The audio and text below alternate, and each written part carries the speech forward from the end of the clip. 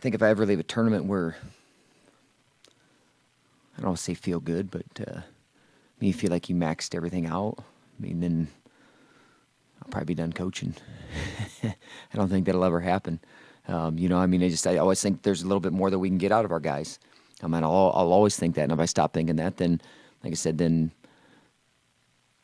I won't be the coach. I guess that I should be. Because I think, unfortunately, you start looking at the things that you didn't get, and I tell my guys the exact opposite. You got to look at what you do have, but you have a couple guys that their careers are done, and you do some reflecting on those guys, and you shed some tears with them, and then you feel like hopefully you've put them out in the world in a better place. And I'm talking about Isaiah Patton, and the guy who stepped up for us when we needed someone to fill in '97. Scrapped his tail off. From day one's done things really well at an incredibly high level, and has represented our program, incredibly well. And I know his mom proud of him, and she should be. We're proud of him. Just how he represents himself in school. I don't know if I've had anybody that has been talked about more from his teachers, and the type of kid that he is, and the type of student he is, and how he conducts himself. So incredibly proud of him. And then Peyton Moore, he scrapped his tail off. Had two chances to get to the tournament, coming from unseeded. That's what's what you ask, right? As a competitor, just give me that opportunity. Unfortunately, didn't make it to the national tournament, but guy's been dealt with a lot of adversity, a lot of injuries throughout his career. But I know it's also shaped and molded him and forged him into a stronger man, his faith stronger, and he's going to be sent out in the world in a better place. But like I told the guys after we got done, no one's season's over. When those 7 guys go out to the national tournament, they're representing all of us. We're out there with them. Even if I'm not being the guy that's getting to compete, I'm out there with them. And those guys have poured into them, and we got to have everyone still continuing to move forward and excited about the national tournament. And you take a couple days and kind of get geared back up and ready. The tournament was, it's a roller coaster. I don't know what else to say. You get, we got in late this morning, and you get up, and then, like, for me, I got to do the rankings, because there's another rankings thing that comes out, and then they'll figure out who's getting the wild cards tomorrow. They'll do seeds. We'll have our brackets, and we'll start getting prepared and ready for the national tournament, the first round. I'm proud of our guys. I'm looking at guys scoring points, and obviously we got to score more points. Plain and simple. As a group, we got to score more points. We certainly left points out there. We had 2 champs, which I think is always a great thing. It's a great thing to finish on. Steyer, I think, scored the most points of anyone in the tournament. They had 2 falls, and they scored 24 points. I'm looking at this, and Lujan scored 19 points. And that's huge. We talk about scoring bonus points, and I know we had the most pins as a team, and those things are important to us to be able to do that, and we got to be able to continue to do that moving forward.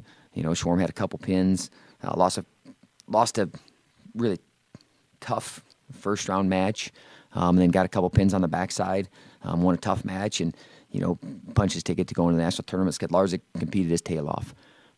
That was a really tough weight. There was 8 guys that are going to that tournament, and you could have seeded a lot of different ways, and actually the number 1 seed ended up back in the backside of the tournament, and had to fight his way to get a spot. But Scuds finished 5th, and he competed really, really, really well from start to finish. Mike, got to be able to get to Parker. Parker's really, really good positionally, hard to move. Got to be able to get him to bounce a little bit and get off the bottom on him.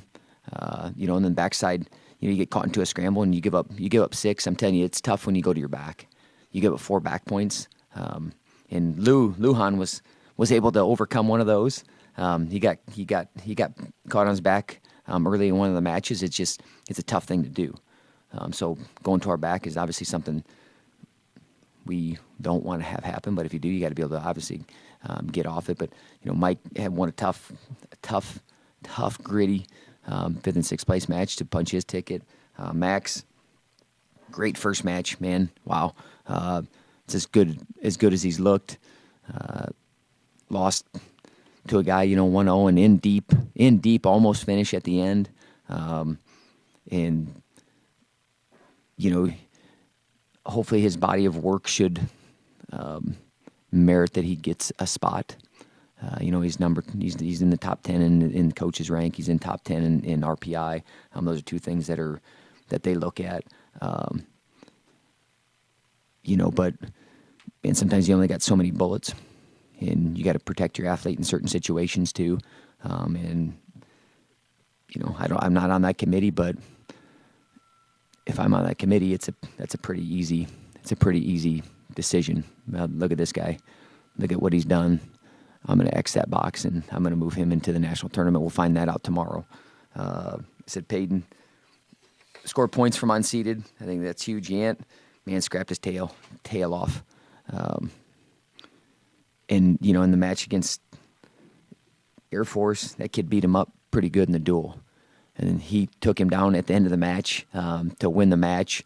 And then, the Wyoming match that he lost, to get him into the top six, and he's in on a leg. I mean, it looks like he's going to score. And then, that kid out scrambled him in a position, and then he finished strong. Yance made a huge jump this year, man, with such growth. And, man, but the thing that he's done is he's been incredibly consistent. He's done a whole lot of work, and you just got to keep trusting in that work. You just got to keep showing up, and you got to keep doing the work. You got to have enthusiasm and energy every time you come into that room. And you just got to continue to live it like he's doing. But, man, he's made a huge jump this year. Talk about Bryce. Man, scored a lot of points. I'll go to semifinal match, and Joe Smith's a good competitor. He is. I'll tell you that he learned a valuable lesson from the Iowa State match, because they were in a very similar position. The guy started to get a single leg up, and you could see, hey, am I gonna kind of push away from him? And he didn't. He just turned his hips over. And if you've ever seen Steyer's hip, and if you've ever been unfortunate enough to be underneath his hips, you saw him turn those hips over, and he just crushed that guy. And in the Iowa State meet, he pushed away. He tried to do something different that he obviously isn't ideal. But you know what I mean? I don't know if he does that in that situation without having the other situation. So it's already paying dividends, and we talked about it. We talked about, man, those losses, those things that happen, they'll make you better. And that was proof right there. He learned a valuable lesson there, and then won the match, and then won the Big 12 title. Lujan, it's his fourth time in a conference final. It's his third conference championship. That's a big deal. And I know maybe it hasn't been talked about a whole bunch, but that's incredible consistency. Now it's time for him to do it at the national tournament. And I had some people ask, well, what if he's seeded one? Hey, that's where he plans on being. He's done the work to be the number one guy. Now you just go do it again at that tournament for 5 matches. I mean, plain and simple. To me, it's validation of everyone else is recognizing all the work I've done, how good you are. It's not a burden. Because I've been a number one seed before. It's not a burden. It adds to you. It makes you better. And you can carry that either way. And I'm not sure if he's going to be number one or not. He certainly merits it with, I think he's got, they said last night, 10 top 25 wins. That's a pretty dang good resume. If he's 1, 2, 10, whatever, man, you can be the underdog in your head, and you can make that. I'm still the underdog. I'm still the underdog. And go out and perform like that. But, man, love where those two guys are at, and they've been our rocks all year. Talk about Patton a little bit, and then Isley. Man, Isley had to dig deep. He had to dig deep in some matches, and, man, he had some long, grueling, tough, hard matches.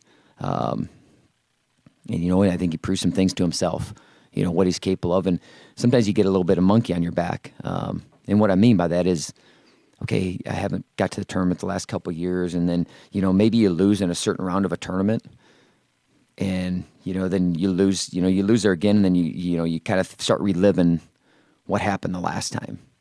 And, man, those thoughts can get you off track a little bit. And, he was able to overcome that and end up getting, 4th place in a very good weight class. Heavyweight at our conference, a very good weight class. And punches take it to the national tournament, and now it's time to go. Party a little bit in Minneapolis. But it's 6 guys going. I can't tell you what I'd do if we don't get 7, but because I'm sure it's against some laws somewhere. But you plan on having 7 guys up in the national tournament ready to score a whole bunch of points. So I guess any questions? What's Max Thompson's injury, Coach? I mean, you watch him walk, you can see his knee's not quite right. But those are things too where, man, if you have to go, you can go, and he did in the semis. And sometimes you got to pick your battles. And like I said, you got to look after your athlete first. And you have conversations, and like I said, I trust in that they will do their due diligence, and he will be in that tournament as he should be. A lot of good coaches in the Big 12. You got named the Big 12 Coach of the Year. Just what's that mean to you and your team? I'm a small piece of that. I mean, it's a staff. It's a program recognition. It's not just about me. I mean, yeah, I get to go up there and grab the award, but I'm nothing without all those guys behind me, beside me, that believe in what we're doing, that pour their hearts, gut, and soul into our program. Nothing without them. Nothing without our administration and how they back us. I mean, we got Schimmel. Schimmel's on the dang bus with us. We got David down there and coming from St. Louis down to be in the stands to watch, and he's patting our guys on the shoulder when they're coming off the mat and that stuff. I mean, that stuff makes a difference. But yeah, I mean, I tell you what, there are a lot of good coaches, and the great thing about the Big 12 is only going to continue to get tougher. I mean, there's a lot of great coaches that are doing really good jobs, and there certainly are some other guys that I know I didn't vote for myself. There's some other guys that have done a great job really turning the programs around and continue to build programs. And for me, it's exciting that, we want to have something that rivals the Big Ten. And I know with the coaches that are in place that they're going to continue to do that. But, yeah, I mean, I don't know. I'm not obviously proud of it, but, man, to me, that's a whole staff recognition, though. And my staff of Randy Pugh, Lee Roper, Brett Robbins, Cruzeris, Troy Garrett, our trainer. I mean, that's all those guys. I mean, my dang wife and the rest of the wives, they're part of the coaching staff too. This is a whole program thing. So I'll stop beating a dead horse. But man, it's not just about me. If Max gets that at-large, Yep. gets 7 When he gets it. Well, yep. Okay. You're going to have 7 there. Yeah. You get 10, but you've got to feel pretty good going to nationals if you've got 7 guys competing, don't you, to really battle and be in the hunt? Yeah, then you got to get all 7 guys scoring points, right? Keep them on the front side of the tournament. Just keep them rolling. I think we were a little tight early, as a group, and then even the second round, you could kind of see we came back, and I think guys were able to just kind of let a little bit of weight off, and talked about that a little bit last night. Like, okay, what's this extra weight that we're putting on us? And if maybe some guys can put their finger on it, maybe they can't. Maybe we got to be able to get them in that spot sooner. But man, just remember how we kind of came into that second round, third round, and now how we're just things can get heavy sometimes, and they don't need to get heavy. Like, man, this is something you enjoy doing, something you've put a lot of time and effort into. And just go out there and compete your tail off from start to finish. That's all we ask of guys. But I think everyone's trying to figure that out. I mean, there's not a coach that I haven't talked to that's like, hey, this guy, he's capable more. He's tightening up in this situation. That's not the guy that we're all trying to battle that, and we're all trying to figure that out. And I think you see that in every sport, right? I mean, I'm watching basketball games, and you can start seeing the tide turn in a game, and you can see things tighten up. And I just think that as a competitor, then you got to go back to your breathing, taking that deep breath, getting back in the moment, and get back to your training, man. What have you been trained to do? Go back to that, and you got to trust that. I mean, tell our guys all the time, listen, believe, apply what we're talking about. So they can listen to it and they can believe it, but then they got to apply it when it matters.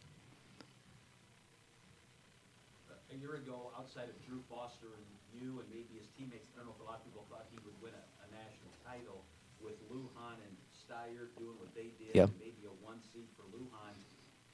Chance you crown another national champion a week from this weekend? Absolutely. Chance. I mean, we got 7 chances. I mean, I believe in our guys. Man, I've seen things happen. I've watched.